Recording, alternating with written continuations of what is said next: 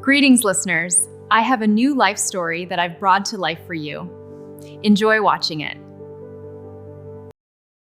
Christopher Blake walked into my office without knocking and said that my patent applications looked like a first-year student's thesis. At the time, I was just finishing a description of a catalyst that could change the entire petroleum refining industry, and he was staring at my computer screen as if I were doing crossword puzzles during work hours. My name is Valerie Campbell. I'm 27 years old, and for the past 4 years I've been working as a patent engineer at Apex Technologies here in Houston. My specialty is at the intersection of chemical engineering and intellectual property law. I develop new technological solutions and patent them so that no one can circumvent our protection. My father always said that jurisprudence is chess, where the pieces are made of paragraphs of the law, and I was able to see 3 moves ahead from childhood. Now, by the way, tell me in the comments, where are you listening to this story from and how much time do you have? Maybe someone is going to work at 7 in the morning and someone, as I used to do, stayed in the office late. And if you're wondering what happened next, give it a like. That way I'll know it's worth continuing to tell you how important it is to know the value of your talents. Blake was standing behind my chair, smelling of expensive cologne and the kind of self-assurance usually displayed by people who got their positions through connections rather than knowledge. The vice president of development had joined our company 8 months ago, lured from a rival firm by the loud promises of modernization and breakthrough technology. In meetings, he liked to use fancy terms like disrupt and paradigm, but if asked about specific technical details, he would start talking in generalities about synergy and innovation potential. Valerie, he stretched out, looking at the text on my screen. Do you realize that we're spending too much time on these, what's his name? Technical details? Clients want results, not chemistry dissertations. I turned in my chair and looked at him. Blake was a 42-year-old man with perfectly styled graying hair and a habit of adjusting his cufflinks, especially when he felt the conversation was outside his area of expertise. He wore expensive suits, brightly colored ties, and turned on his smile with such regularity that it was as if he had an internal switch. Christopher, these technical details are the only thing that distinguishes our patent from a pile of useless junk, I said, keeping my tone even. If I don't describe the exact composition of the catalyst and the reaction conditions, any chemical company could create a similar product with a slight modification of the formula, and we'd lose exclusivity. He waved his hand as if warding off a pesky fly. Look, I understand you're trying, but our department has to work faster. Our competitors aren't sleeping, and we're fiddling with formulas that no one will read. Maybe we should make the applications more, how do you say? Accessible? I knew exactly what he meant by accessible.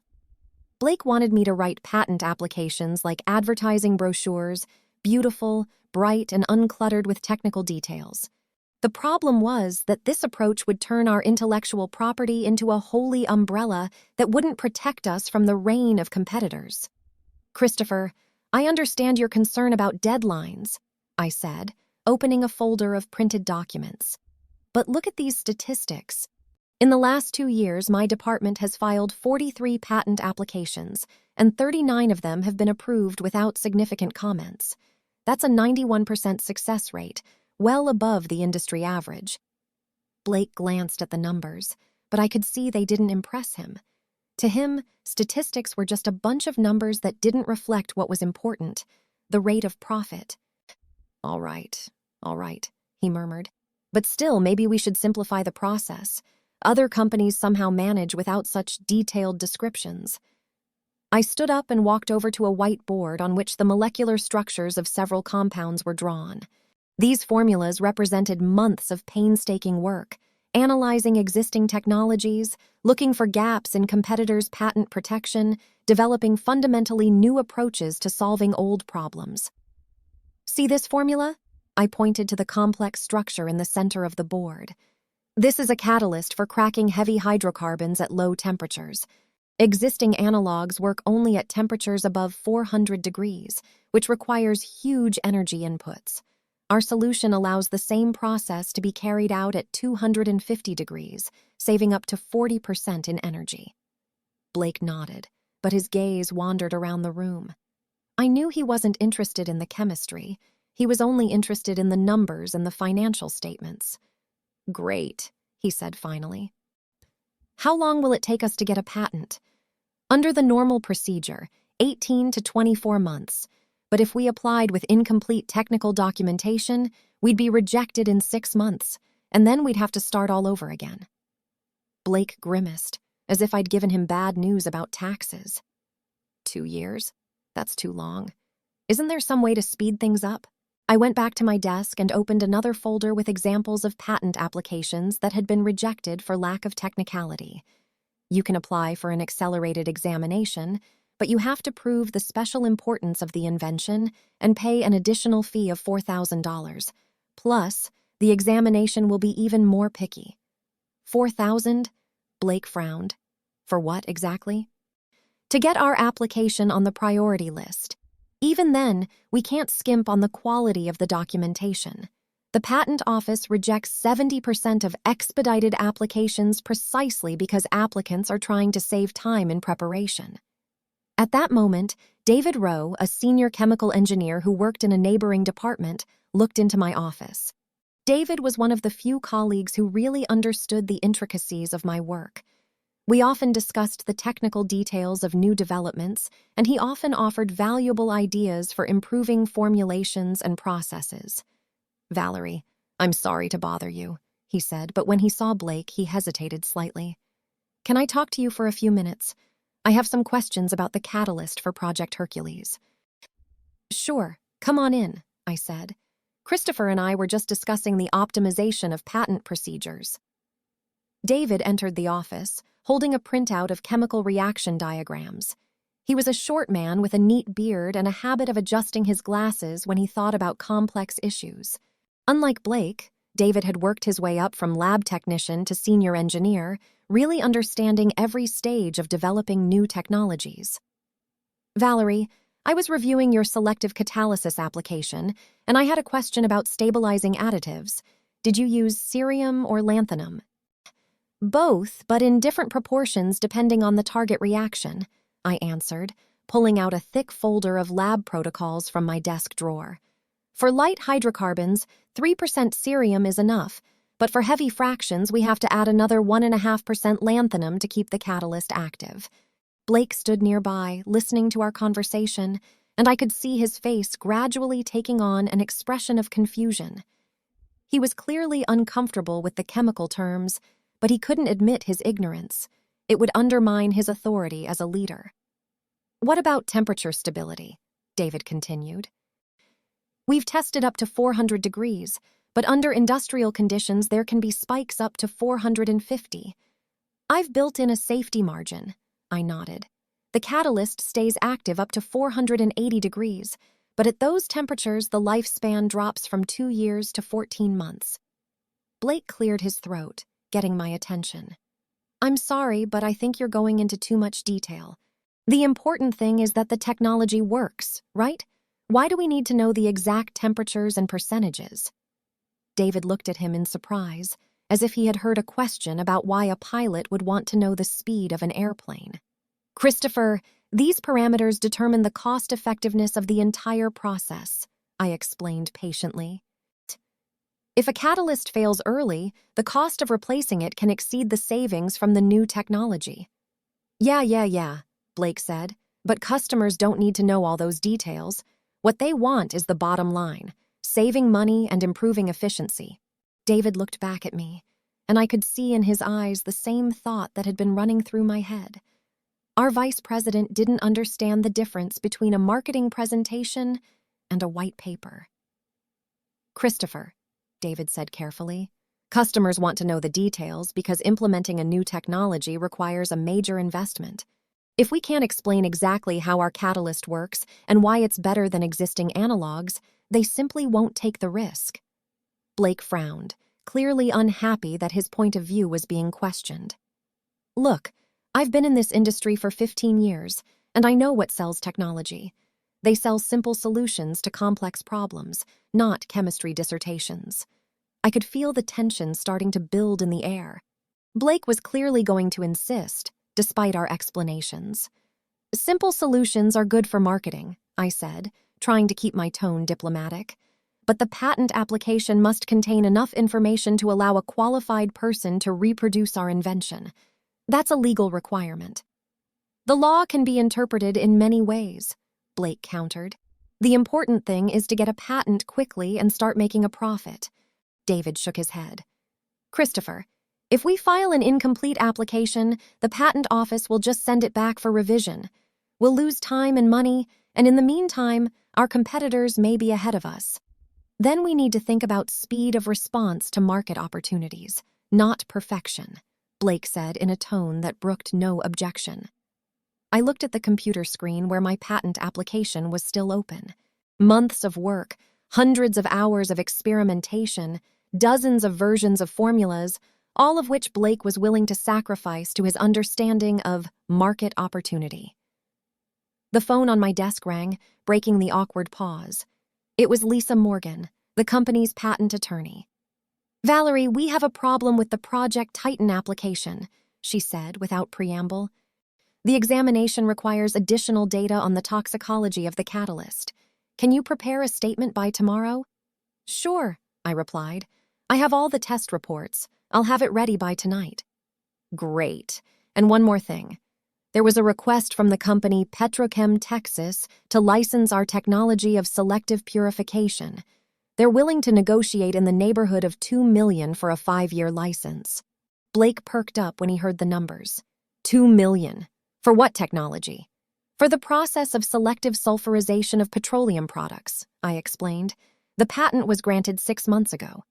Why didn't I know about this deal? Blake frowned. Because the negotiations are just beginning.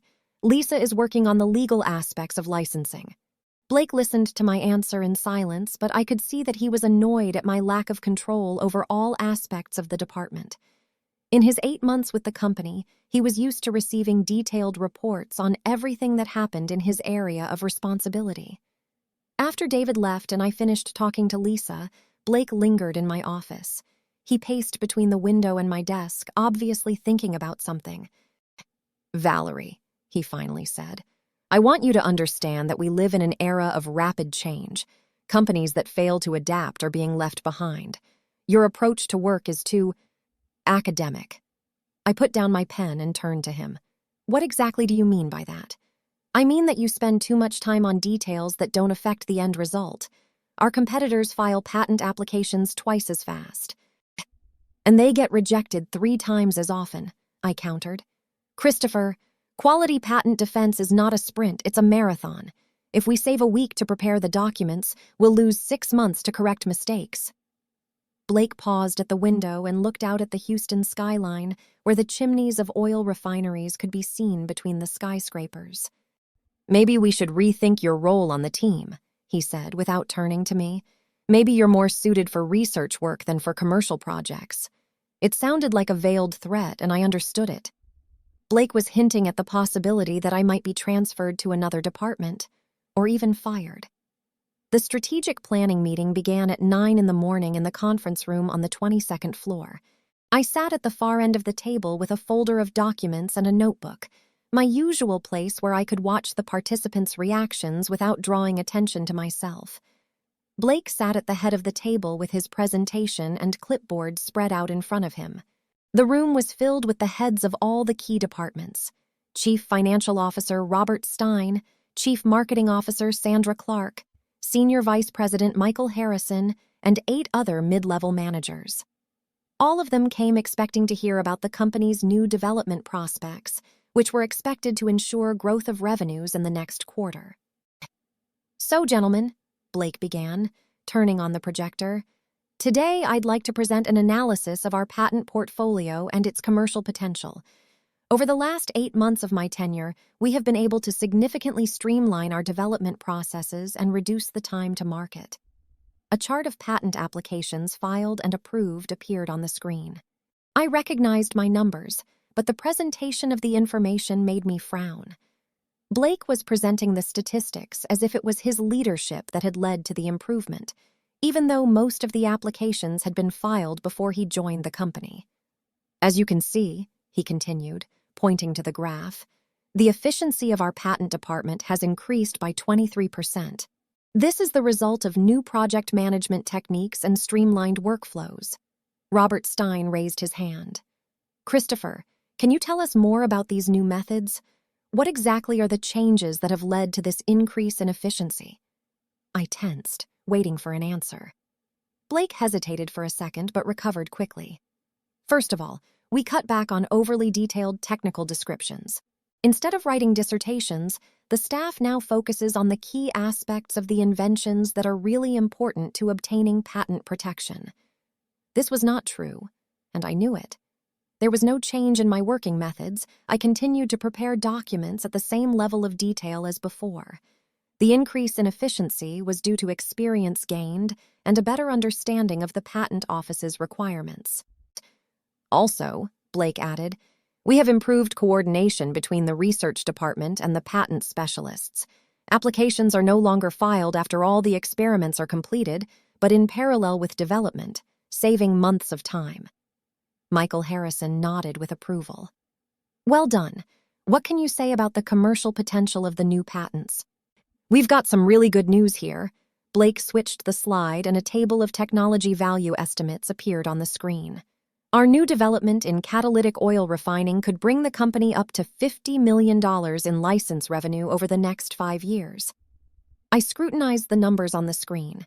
The estimate was inflated to almost twice the actual market opportunity.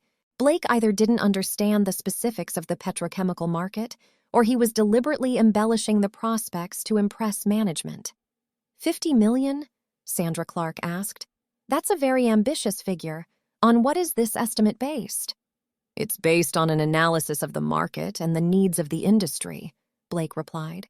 Our technology can reduce energy costs by 40%, saving plants millions of dollars annually. He was right about the technical specifications, but I knew that the new technology would require a major investment in equipment modernization, making it less attractive to the conservative oil industry. And who exactly worked on this technology? Michael Harrison asked. I would like to recognize some of our most distinguished employees. Blake hesitated for a moment, and I felt I was about to hear something unpleasant. It was a team effort under my direct supervision. The main ideas came out of brainstorming sessions I organized with engineers and chemists. And of course, the technical design was done by our patent specialists. I gripped the pen so hard my knuckles turned white. Blake had just taken credit for a development I'd been working on for 6 months. The key ideas came not from his brainstorming, but from the painstaking analysis of scientific publications and competitors' patents that I'd spent my evenings and weekends analyzing. Christopher, Robert Stein intervened, can you tell me more about the technical side of the issue? How exactly are these energy savings achieved? I watched as Blake started to get nervous again. Technical details were clearly not his strong suit. Well, it uses the principle of selective catalysis using, modified organometallic compounds. The exact mechanism is difficult to explain without specialized training. Michael Harrison frowned.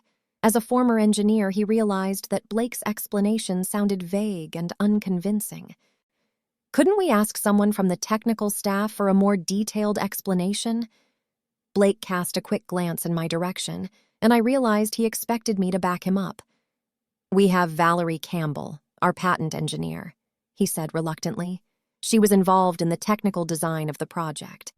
Involved in the technical design was another formulation that belittled my role. I wasn't just the designer of other people's ideas, but the author of the entire concept of the technology. Michael turned to me. Valerie, can you explain how this technology works? I stood up, feeling the stares of everyone present. Sure. Our catalyst is based on palladium particles deposited on a zeolite substrate, modified with lanthanide additives.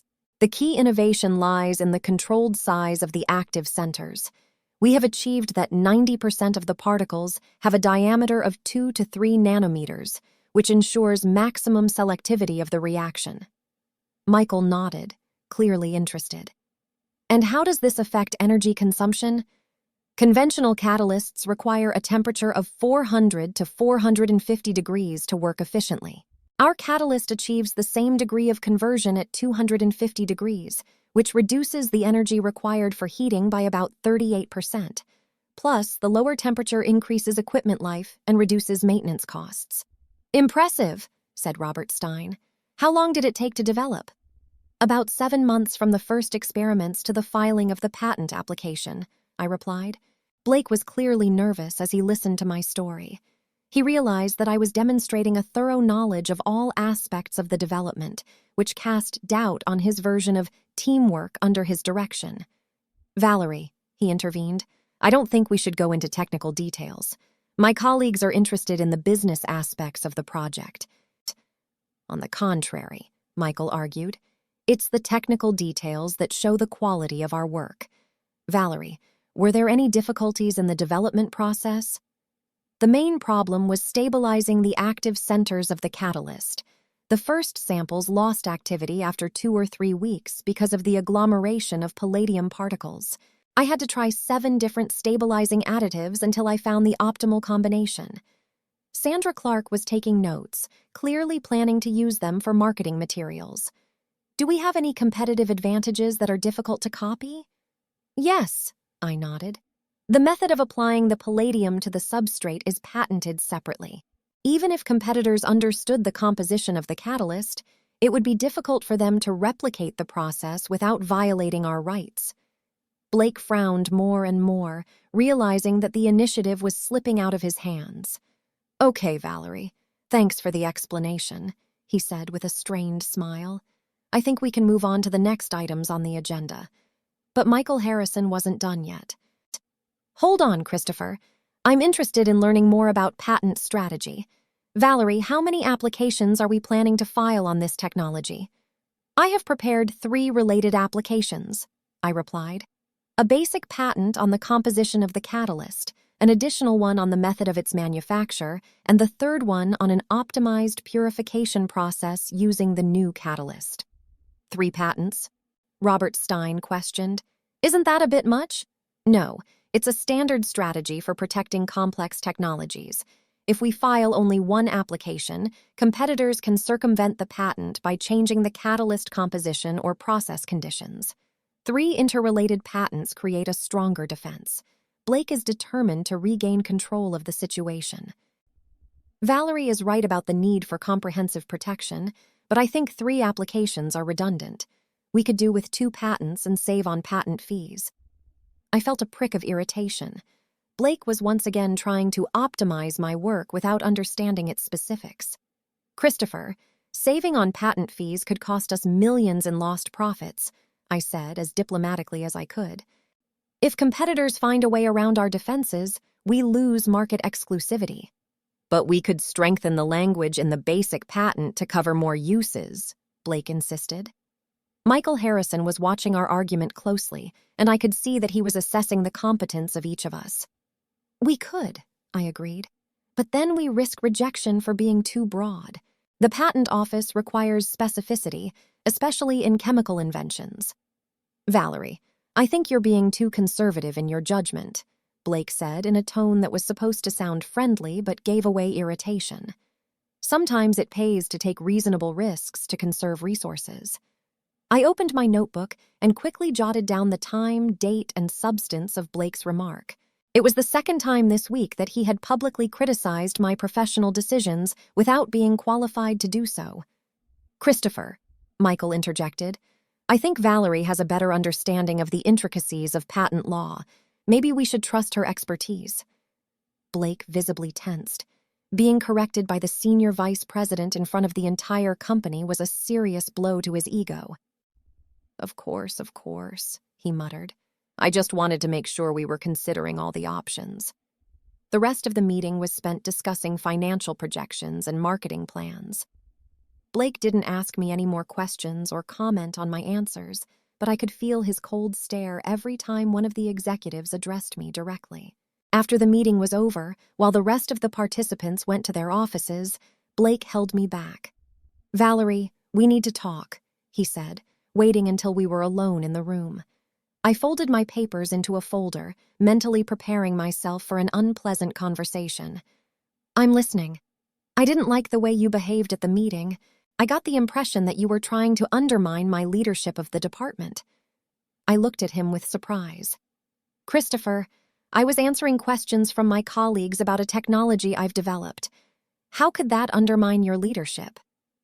You were being too detailed about your role in the project, making it seem like you did all the work personally. That's not right. I felt a wave of indignation rising inside, but I held back.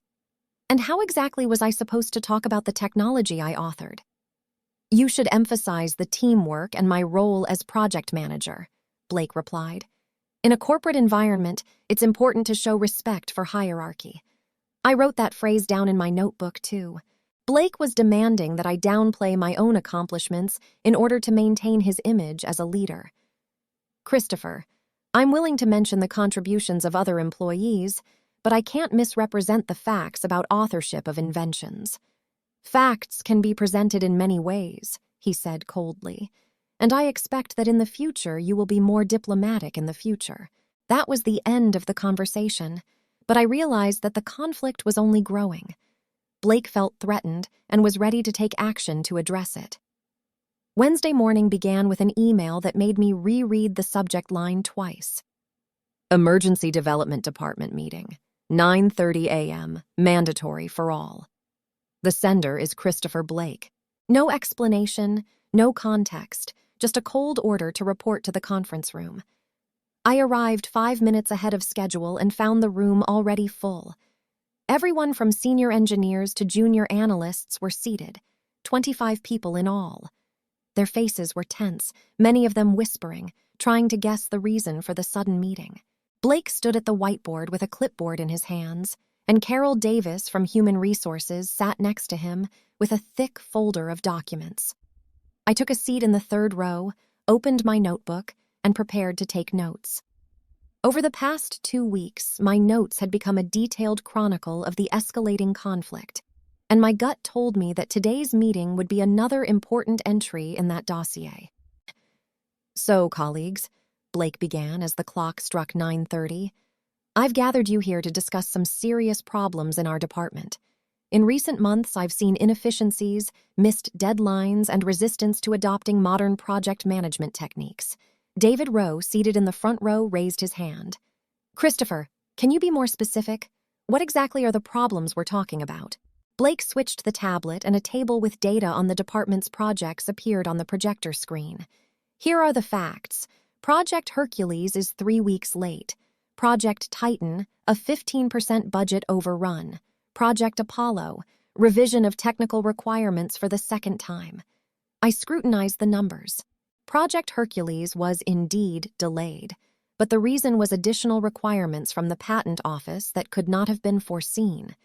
The overrun on Titan was due to the need to purchase specialized equipment that Blake first approved and then forgot to include in the budget.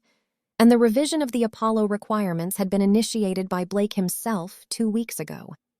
Christopher, said Tom Wilson, the lab team leader, but most of these changes were due to external factors. We can't control regulatory requirements. We can and we should, Blake replied sharply. A professional team anticipates potential challenges and builds them into their plans. What do? Constant excuses, references to unforeseen circumstances, unwillingness to take responsibility for results.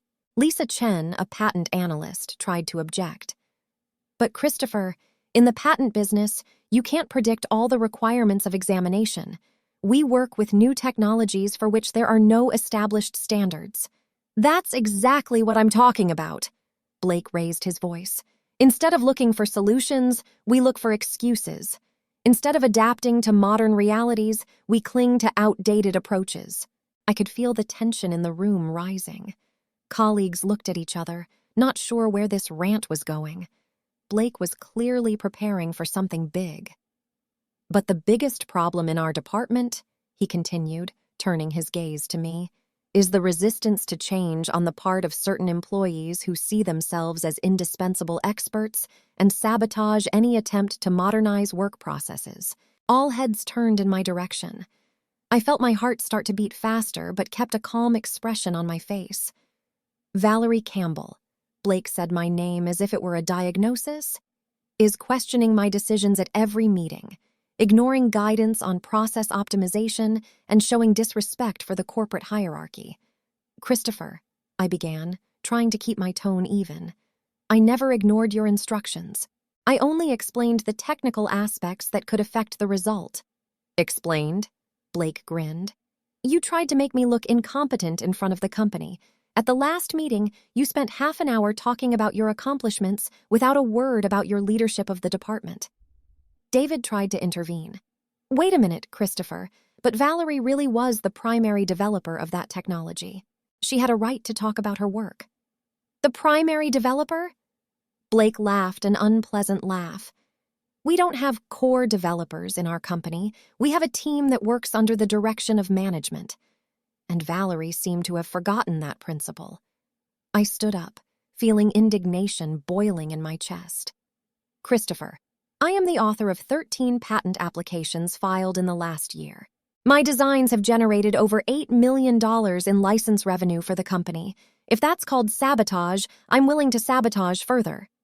There! Blake exclaimed, pointing a finger in my direction. That's exactly what I mean. Arrogance, disrespect for management, inability to work as a team. Carol Davis began to write something down in her folder, and I realized that this whole show had been planned in advance. Christopher, Tom Wilson said, I think you're being unfair to Valerie. She's one of the most valuable people in the department. Valuable? Blake looked at Tom with contempt. An employee who inhibits innovation with his conservatism is valuable only to a technology museum, not to a modern company. Lisa Chen stood up resolutely.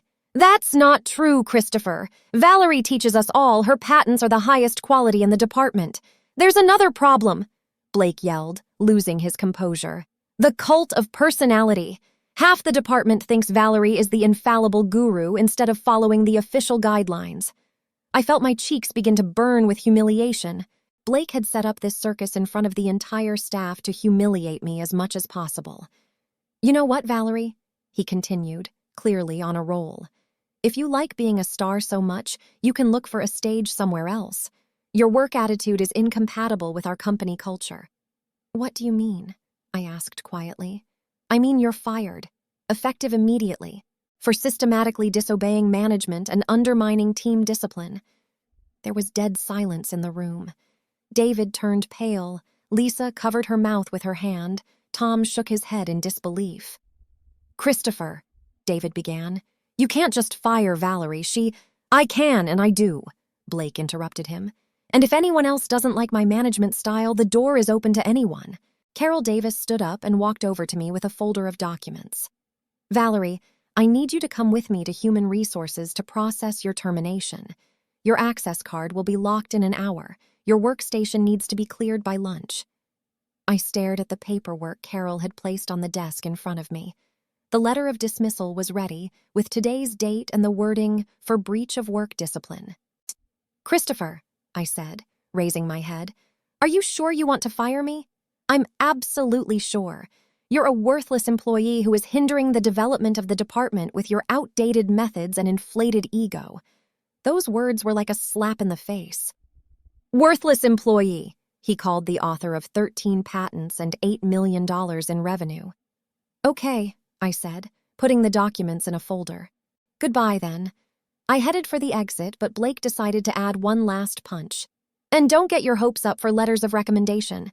After I tell other employers about your behavior, you'll have a hard time finding a job in the industry. I stopped at the door without turning around. Christopher, you're going to regret this decision. What am I going to regret? Getting rid of the source of my problems? Never. David stood up and walked toward me. Valerie, this is crazy. We all know what a professional you are. Sit down, David, Blake shouted. Or do you want to keep her company? David stopped, but I could read sympathy and indignation in his gaze. It's okay, I told him. Some mistakes are self-correcting. I walked out of the conference room under the heavy stares of my coworkers. The hallway was quiet. Most of the staff was in meetings or in labs.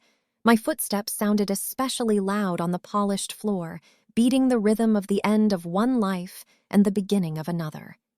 In Human Resources, the termination procedure took 20 minutes. Carol was emphatically polite, but there was sympathy in her eyes. She knew the dismissal was unfair, but she couldn't resist it. "Valerie," she said as I signed the last document, "you have the right to appeal. You can go to senior management or the union." "Thank you, Carol, but that won't be necessary." "Are you sure about this?" "Blake overstepped his authority by firing you without prior warning or disciplinary action." I smiled for the first time all morning. "I'm absolutely sure." Walking back to my workstation, I found several coworkers already waiting for me outside my office. David, Lisa, Tom, and 3 other engineers stood with grim faces. "Valerie, this is bullshit," David said. "We're ready to write a collective letter of defense." "No need," I replied, opening the drawers of my desk. "Blake got what he wanted. Let him enjoy it." "But what about the projects?" Lisa asked. "Hercules, Titan, Apollo, you're the only one who knows the ins and outs of these technologies." I pulled out of the bottom drawer of my desk a sealed envelope that had been there for months. It was labeled, "Open in case of termination." "Lisa, there are nuances to these projects that Blake doesn't even know about." Tom frowned. "What nuances?" I took my parents' picture off the shelf, the only personal item in the office, and tucked it into my bag. "Patent law is complicated, especially when it comes to inventors' copyrights." David looked at me carefully. "Valerie, what are you up to?" I zipped up my bag and headed for the exit. "Nothing in particular. I just wanted to make sure my rights as an inventor were fully honored." Outside my office window, I could see the rooftops of Houston's industrial district.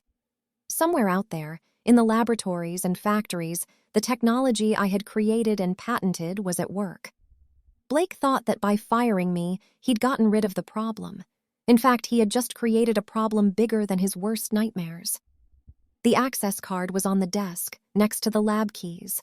I was no longer an employee of Apex Technologies, but I was still the author of technology that was worth $820 million. And now I had every reason to remind the company of that fact. At home, I sat at the kitchen table with a cup of coffee and an envelope that had been sitting in my desk for 7 months. Inside were copies of documents I'd collected since my early days working on major projects, not out of paranoia, but out of a professional habit of documenting everything. My father, who worked as a corporate lawyer, had taught me at university. In patent law, every comma counts and every date can be worth millions. I organized the papers chronologically and started checking details that most people would consider formalities. The patent applications for the Hercules, Titan, and Apollo technologies were filed in the name of Apex Technologies as the copyright holder, but my name was in the inventors section. Standard procedure for corporate patents, nothing unusual. The problem was different. By the way, tell us in the comments, do you work in corporations where your ideas automatically become the property of the company?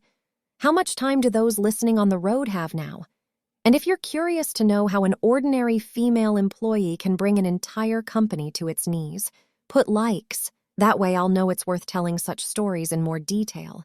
According to the employment contract I signed 4 years ago, all inventions created during working hours using company resources are automatically transferred to Apex Technologies. But in my case, there were nuances that HR preferred not to think about. Firstly, I did much of my research at home, in the evening, using my own equipment and software. Second, the basic ideas for all 3 technologies were born before I even started working on them officially. I opened my laptop and logged into the U.S. Intellectual Property Registration System. In my 4 years in the patent department, I had learned the ins and outs of the system better than the lawyers who only dabbled in filing applications. I was particularly interested in paragraph 37 of the Patent Office's Code of Regulations concerning the assignment of inventors' rights. The point is that U.S. patent law distinguishes between 2 kinds of rights, the rights of the inventor and the rights of the owner. An inventor may assign his rights to a company, but the assignment must be done properly and voluntarily. If an employee is terminated in violation of procedure or under duress, the employee can request a review of the assignment. I found in my files an invention assignment agreement that I signed when I was hired. The document was sloppily drafted. Apex's lawyers had used a standardized template that did not take into account the specifics of my position. In particular, the contract did not contain a clause stating that the rights to inventions created partly during my personal time remain with the company unconditionally. Moreover, dismissal for breach of labor discipline without prior disciplinary action violated the terms of the employment contract, and that meant that the company had unilaterally breached the agreement, which gave me the right to demand a review of all related documents, including the assignment of patent rights. I spent 3 hours researching case law and found 17 similar cases decided by federal courts in the last 10 years. In 14 of those cases, the courts sided with the inventors, invalidating assignments made in the context of wrongful termination. By evening, I had a plan of action ready. The first step was to file a petition with the Patent Office to reassess ownership of the 3 key technologies. This required proof that the inventions were created partly on personal time and that the termination was discriminatory. There was no problem with the evidence. I kept time-stamped files showing that many of the calculations and experiments were done at home on weekends. Emails contained correspondence with suppliers of lab equipment that I bought with my own money for home experiments. And the recording of today's meeting on my phone's voice recorder served as perfect proof of wrongful termination. The next morning, I drove to downtown Houston, to the federal courthouse where the regional office of the Patent Office was located. My first visit was to the office of Marcus Gray, a patent attorney with whom I had collaborated on private projects before working at Apex. "Valerie!" Marcus was surprised to see me in the reception area. "I didn't expect to see you here on a business day. Is everything okay?" I showed him the file folder. "Not really. I need your help with a delicate matter." In his office, I explained yesterday's events in detail and showed him all the materials I had collected. Marcus scrutinized the documents, occasionally frowning or shaking his head. "Valerie, this is a serious situation," he said finally. "If your evidence proves true, you can demand the return of the rights to all inventions created while you were working at Apex." "Is that possible?" "Technically, yes, but the company will fight to the bitter end. We're talking about hundreds of millions of dollars worth of technology." Marcus prepared 3 patent re-examination petitions, each accompanied by a detailed justification and a package of evidence. The filing procedure took 2 hours. The documents had to be certified, registered, and sent to all the relevant authorities. "How long would it take for the review?" I asked. 30 to 60 days for a preliminary decision," Marcus replied. "But the company will be notified tomorrow morning, and that's when the real fun begins." I knew what he meant. As soon as Apex's legal department received official notice of the patent review, the company would realize the magnitude of the problem. Without my technology, their intellectual property portfolio would lose most of its value. The next day, at 10 in the morning, my phone started ringing. The first was Apex Technologies' number. I didn't answer. 5 minutes later, it rang again, this time from Blake's cell phone number. I rejected that one too. The third call was from Carol Davis. "Valerie, we need to talk urgently.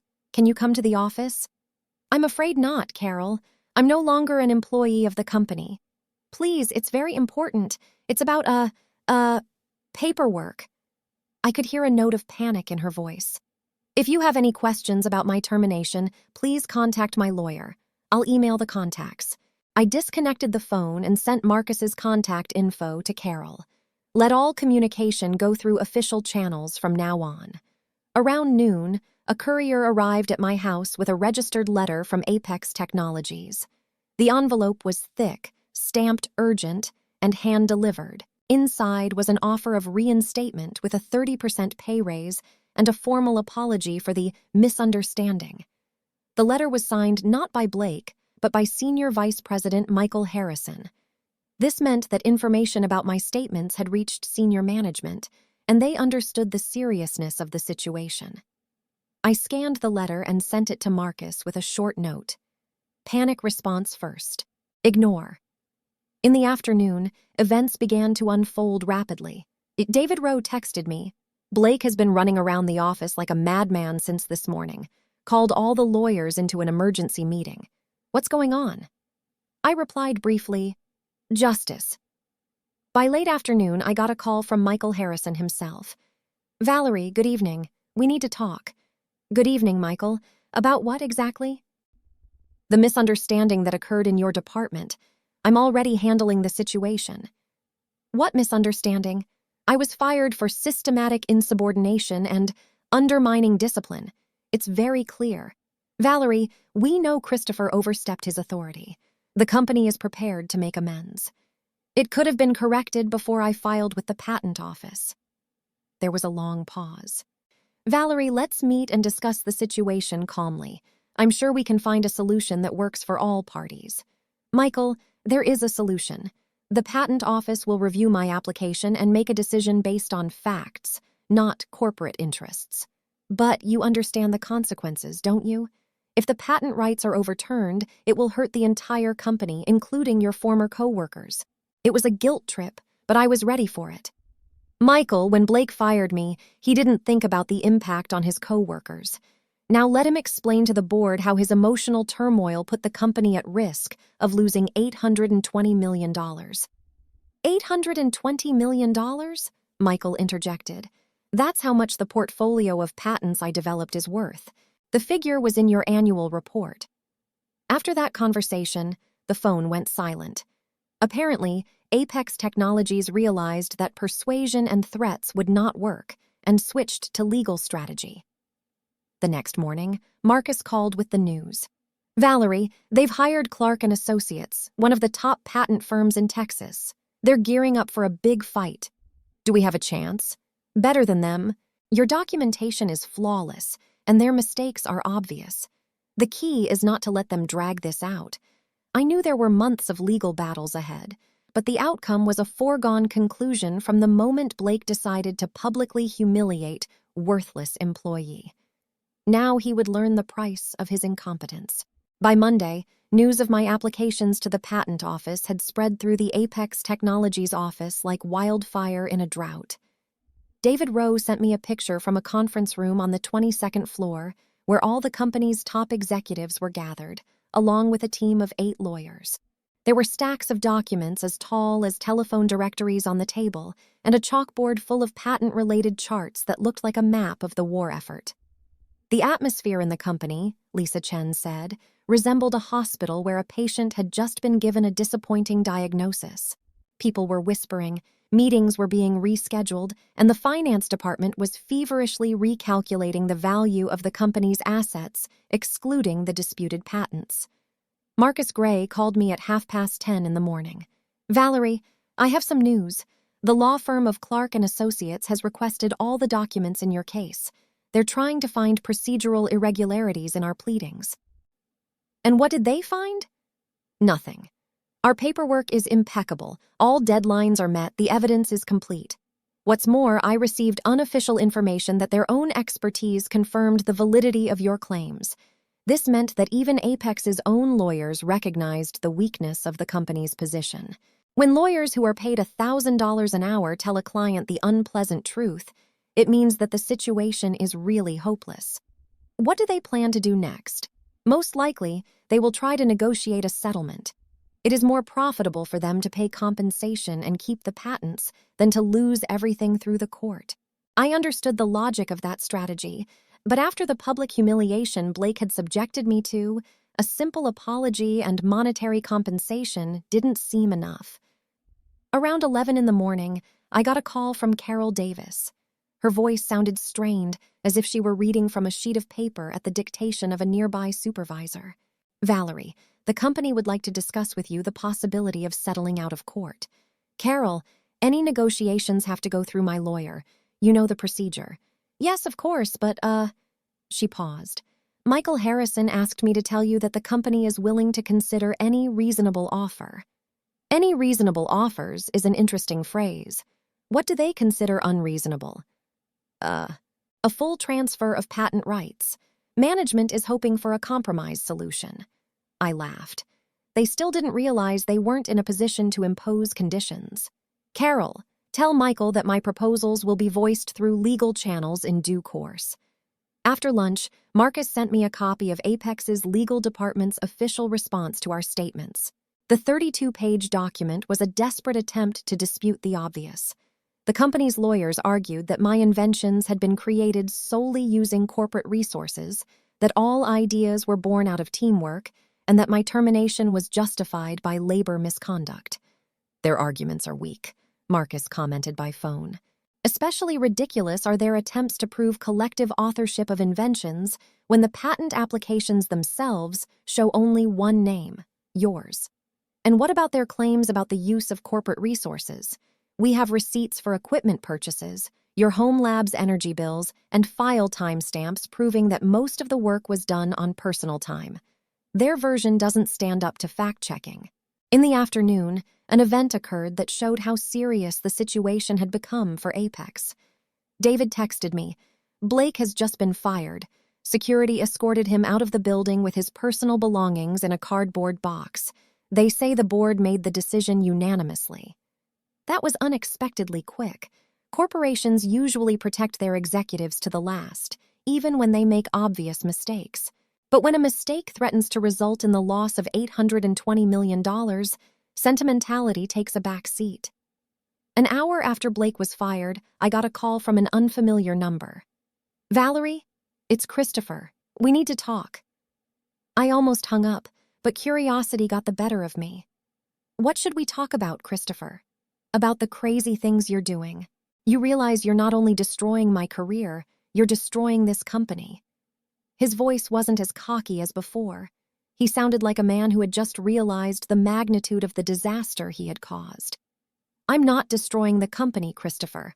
I'm protecting my rights as an inventor." "Rights? Who the hell are you? Just a regular employee who got a paycheck for her work."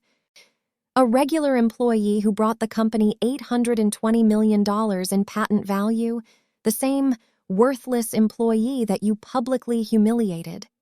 "Valerie, maybe I overreacted the other day, but we can work this out amicably, can't we?" He spoke in a very different tone now, ingratiating, almost pleading.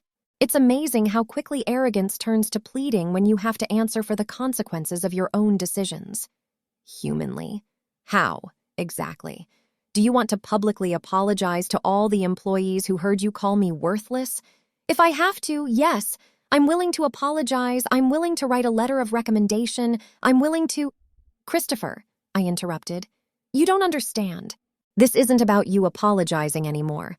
The point is that your incompetence jeopardized the rights of the inventor, and now those rights will be restored in court. But we can work something out, right? The company is willing to pay compensation." "What kind of compensation? For moral damage from public humiliation?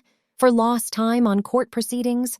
Or for attempting to misappropriate my intellectual output?" Blake was silent. Apparently, he finally realized that mere apologies and monetary payments wouldn't fix the situation. "Valerie, I realize I was wrong. But think about your coworkers. David, Lisa, Tom, they're not to blame for our differences, but they'll suffer if the company loses key patents. It was a guilt trip, and I expected it. My colleagues were already hurt when you made a public circus of firing me. They've seen how professionals are treated in this company, and now they're seeing the consequences of mismanagement. Valerie, please. Goodbye, Christopher. All further communication will be through the lawyers." I disconnected the phone and blocked his number. The time for private conversations ended the moment Blake decided to demonstrate his authority in front of the entire department. That evening, Marcus sent me a draft of the official response to Apex's settlement offers.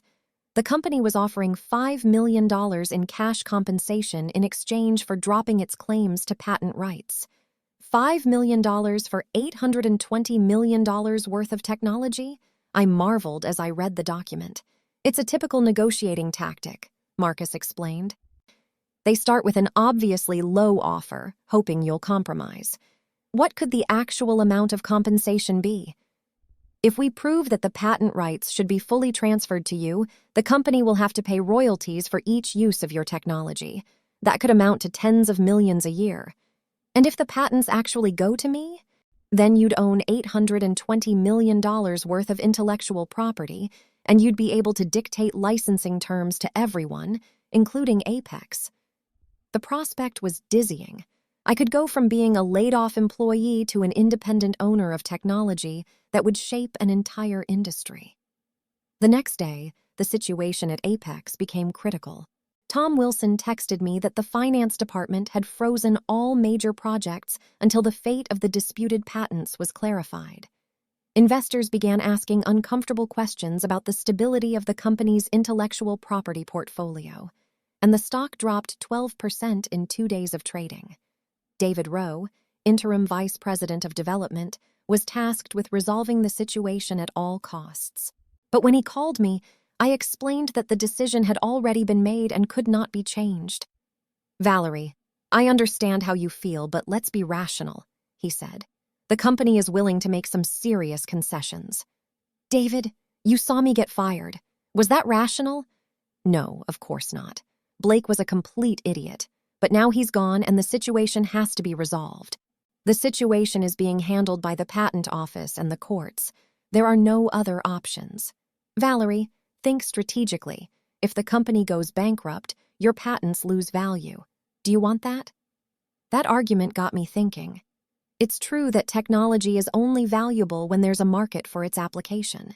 But on the other hand, there were dozens of other companies besides Apex that would be interested in licensing my designs. "David, Apex is not the only company in the industry. My technology will be used in any case, but the process of reorientation will take years, and in that time, competitors may create similar solutions." "Maybe, but that's not my problem. It's the problem of the board of directors who allowed this to happen." By the end of the week, it was clear that the company had fully realized the scale of the threat. Michael Harrison personally came to Marcus's office with a proposal for high-level negotiations. They're willing to discuss transferring some of the patent rights in exchange for retaining licenses to use the technology, Marcus told me after the meeting. "Part of the patent rights?" I questioned.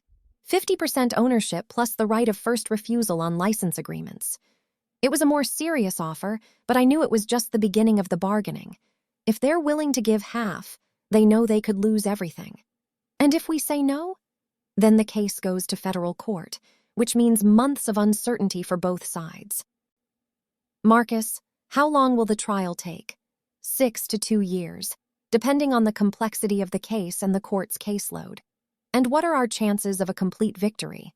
"Based on the evidence, about 80%. But there's always an element of unpredictability in the courts. I was considering my options. A quick settlement was a guaranteed, albeit incomplete, result.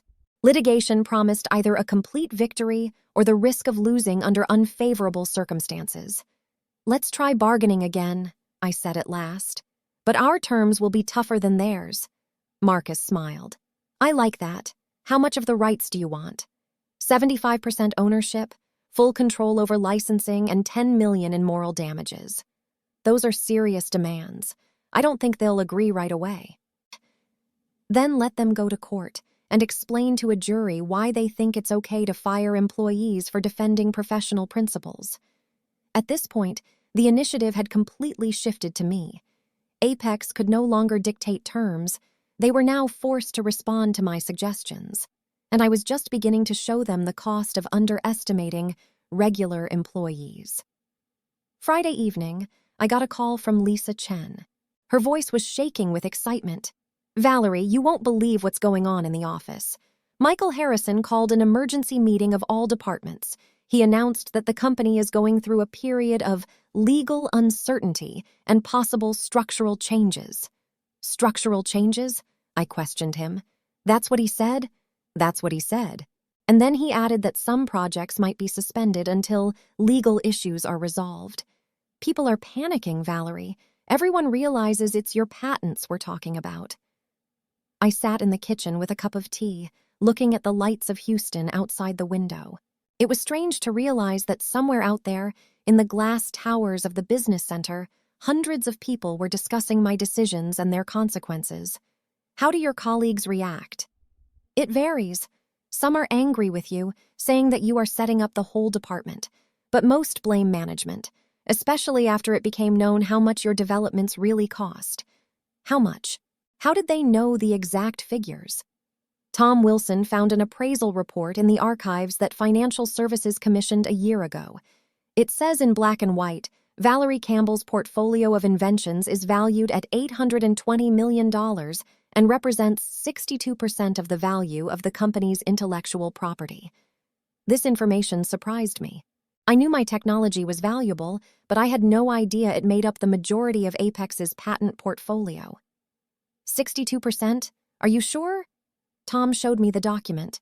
It also said that without your patents, the company's market value would drop 40%.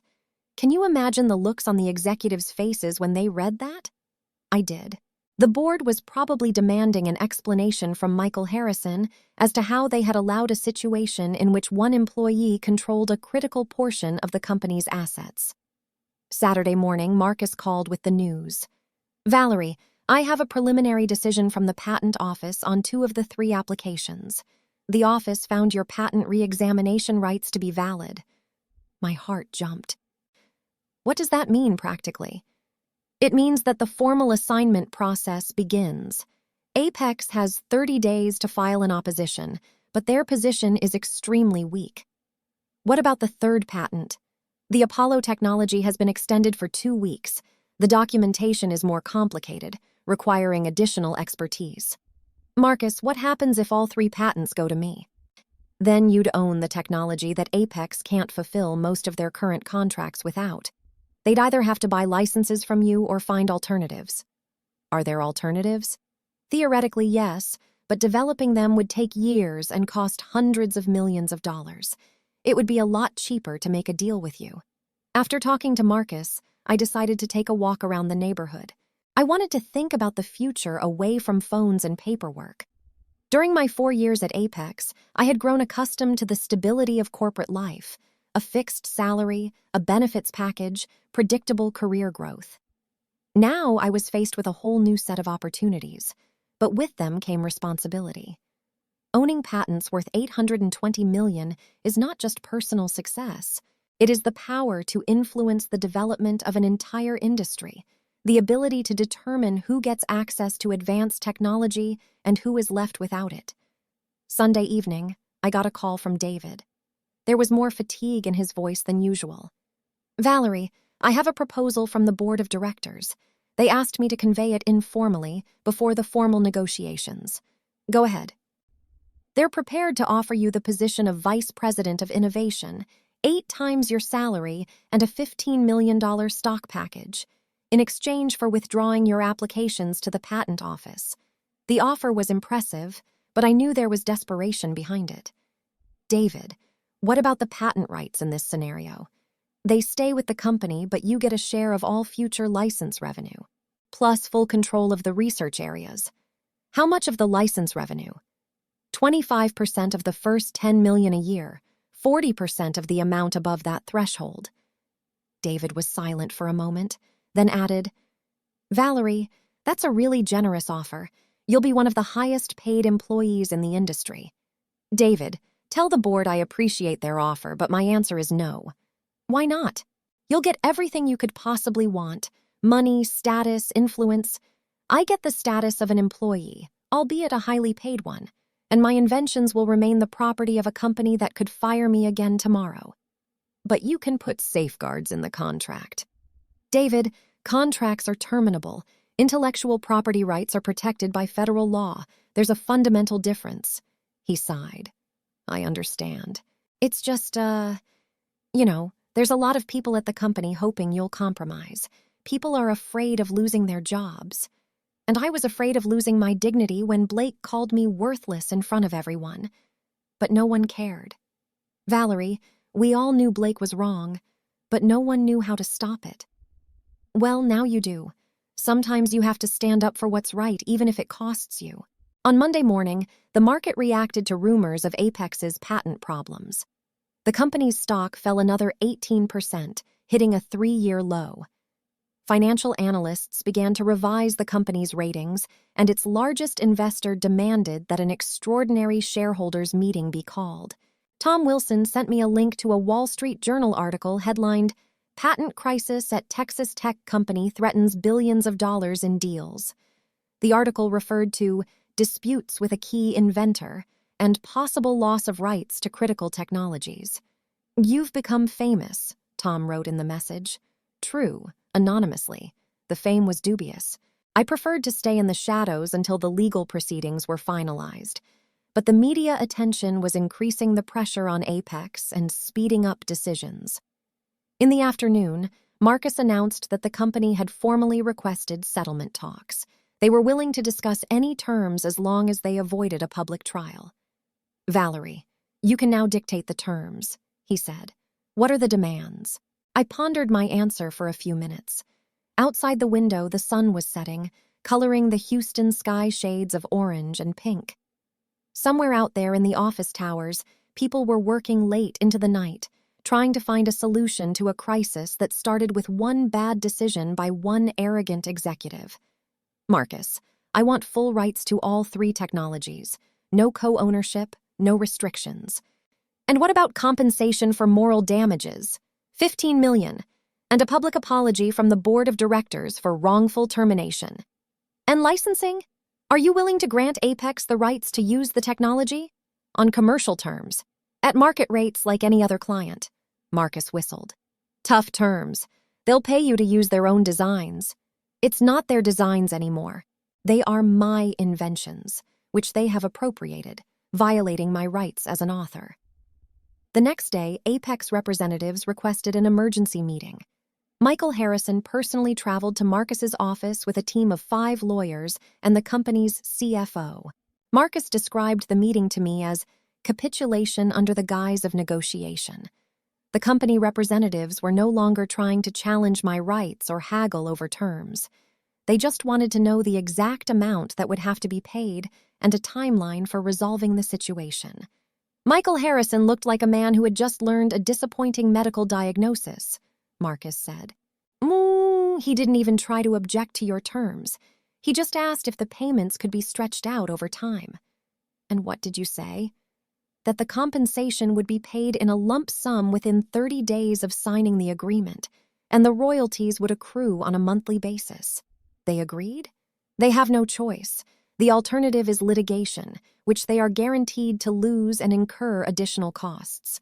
On Wednesday morning, I received a call from Michael Harrison's secretary.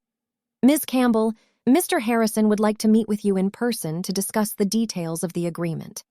All negotiations are being handled through my lawyer." "Yes, of course, but Mr. Harrison is hoping for a brief private conversation, say over a cup of coffee off the record." I understood that Michael wanted to try to influence my decisions directly, without going through the legal process. But I was curious to see the man who was now responsible for the consequences of his former subordinates' decisions. "All right. Tomorrow at 3 p.m., cafe on Main Street near the museum."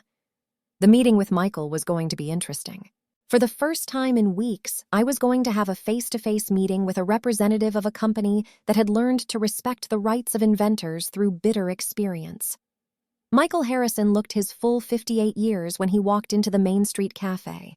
His suit fit perfectly, his tie was tied perfectly, but there were dark circles under his eyes, and his movements betrayed the fatigue of a man who had spent the last few weeks under constant stress. He looked around, found me with a glance, and headed toward my table with the look of a condemned man on his way to the scaffold. "Valerie, thanks for meeting me," he said, sitting down across from me. "I ordered myself an espresso, and I hope you don't mind." "Of course not, although I don't think you need caffeine right now. You look like you're on the verge of a nervous breakdown." He tried to smile, but it was strained. "The last few weeks have been, difficult. You see, it's a critical situation for the company. The stock's already down 31%. Investors are demanding an explanation. The board of directors is holding emergency meetings every day. And what have they decided? That they need to resolve the situation with you at all costs. Valerie, I'm not here to negotiate a settlement. Your demands will be met in full." That was unexpected. I'd prepared for a long conversation with persuasion and emotional pressure. In full?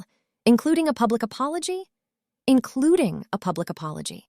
The board of directors will issue a formal statement that the firing of Valerie Campbell was a wrong decision that harmed both the employee and the company. Michael paused, waited for the waitress to bring him his coffee, and continued. 15 million in compensation will be transferred to your account within a week of signing the documents. and the patent rights to all 3 technologies will be transferred to you without any restrictions. What about licensing? We hope you will consider granting us a license on commercial terms. I realize it's now your right to dictate terms. I sipped my latte, watching the look on his face. Michael Harrison was a seasoned executive, used to negotiating as an equal. Now he looked like a beggar on the doorstep, waiting for a handout. "Michael, what happened to Blake? I heard he was fired." Michael's face darkened. "Christopher is no longer with the company. The board of directors unanimously decided to terminate his contract due to actions that have caused substantial damage to the corporate interests. Without severance? No severance. In fact, we're considering seeking damages from him personally." "How much in damages?" Michael sighed heavily. $240 million in lost capitalization, plus legal fees, lost contracts, reputational costs. That's a total of about $300 million. $300 million in damages because one man decided to fire a worthless employee? Valerie, I understand your outrage. Christopher's decision wasn't just wrong, it was criminally irresponsible. How does Blake feel about it? He's hired lawyers and claims he was acting in the best interests of the company, but the evidence speaks for itself. I imagined Christopher Blake sitting in the office of an expensive lawyer trying to explain how publicly humiliating a valued employee could serve the company's interests. It was almost comical. "Michael, be honest. Were you aware of my contribution to the company before this situation?" He paused for a moment, considering his answer. "I knew you were talented, but the full extent of your contribution. I admit we underestimated. Finance only did a detailed analysis last week." "And what did the analysis show?" "That in 4 years, you've created intellectual property worth more than any other asset in the research department. Your inventions generated over 40% of the company's profits. And what was my salary? $87,000 a year plus bonuses. That's a total of about $100,000. $100,000 a year for creating assets worth $820 million. Not a bad return on investment for a company." Michael blushed. "Valerie, I know how this looks. The corporate compensation system is flawed. It worked fine as long as I kept quiet and didn't demand justice. The problems started when your vice president decided to show me who's boss. Christopher made a catastrophic error in judgment. He made a catastrophic error in judgment. He thought he could humiliate employees with impunity." Michael nodded without trying to object. "Valerie, the company is willing to make any concessions to repair its relationship with you. Would you consider returning to a management position?" "No, Michael. I'll never work in a salaried position again." "Then, partnership? Joint projects?" "Maybe, but on equal terms, as independent companies." "Independent companies? I'm incorporating my own company. Campbell Innovation Technologies. It will develop and license advanced chemical technologies." Michael's eyes widened. "So you're becoming our competitor?" "I'm becoming the owner of the technology you need. Competition or partnership, it depends on your proposal." After the meeting with Michael, I drove to the notary's office, where Marcus was waiting for us with the final documents of the agreement. The stack of papers was impressive 27 pages of legal text that sealed my victory in the patent dispute. "Valerie, this is a historic moment," Marcus said, handing me a pen. "To my knowledge, this is the first case in Texas where an employee has been able to fully recover rights to corporate inventions. What does this mean for other inventors? It sets a precedent. Companies will now be much more careful in their treatment of key employees." I signed the last page, and Marcus immediately sent scans of the documents to Apex Technologies. I officially became the owner of $820 million worth of intellectual property. A week later, Campbell Innovation Technologies was officially incorporated. I rented a small office in downtown Houston, just 4 rooms, but with a great view of the city. The staff so far consisted of me, a secretary, and an intellectual property lawyer. The first client was Apex Technologies. They signed a license agreement to use all 3 technologies with royalty payments of 12% of the revenue. The monthly payments were about $3 million more than my annual salary at their company. David Rowe was the first of my former coworkers to arrive to congratulate me on starting my own business. "Valerie, this is incredible," he said, as he looked around my new office. "From a laid-off employee to owning a technology company in 2 months. From humiliated employee to independent entrepreneur," I corrected him. "The difference is fundamental. How are things with Apex? Stressful dealing with former employers?" "It's fine. It's business, nothing personal. They pay for licenses, I provide technical support." "What about new developments?" "I already have 3 projects in the works. One commissioned by an oil company in California, another by a chemical concern in Germany, plus my own research." David shook his head with admiration. "So you're an international technology supplier now?" "Modestly so far, but there are big plans." Lisa Chen sent me a picture from the Apex office. On a board in the conference room hung a portrait with the caption, "Inventor of the Year." In the picture was me. "Michael Harrison hung your portrait and told all employees to remember, this company values talent and respects professionals," she wrote in the message. 3 months later, Campbell Innovation Technologies signed contracts with 18 companies in 11 countries. Turnover reached $15 million per quarter, and the development portfolio expanded to 7 technologies. Blake tried to find work in the industry, but his reputation was irrevocably damaged. The story of how he ruined a billion-dollar company because of a personal grudge against a talented female employee has become a textbook example of management failure.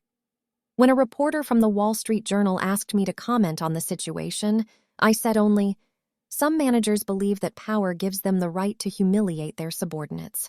My case shows that this is a dangerous misconception." At the end of the year, Campbell Innovation Technologies won the Texas Chamber of Commerce's Startup of the Year award. At the awards ceremony, I met Michael Harrison. "Congratulations, Valerie," he said as he shook my hand. "You've proven that talent will always find its place." "Thank you, Michael. And how are things at Apex?" "We're rebounding. The stock is halfway back. Investors have regained confidence. Lesson learned." "What lesson?" "That key employees are not expendable, but the backbone of the business. Now we have a new system for evaluating and motivating specialists." "And what about the corporate culture?" "A complete overhaul. No arrogance, no pressure on professionals. Managers are now trained to work with talented employees."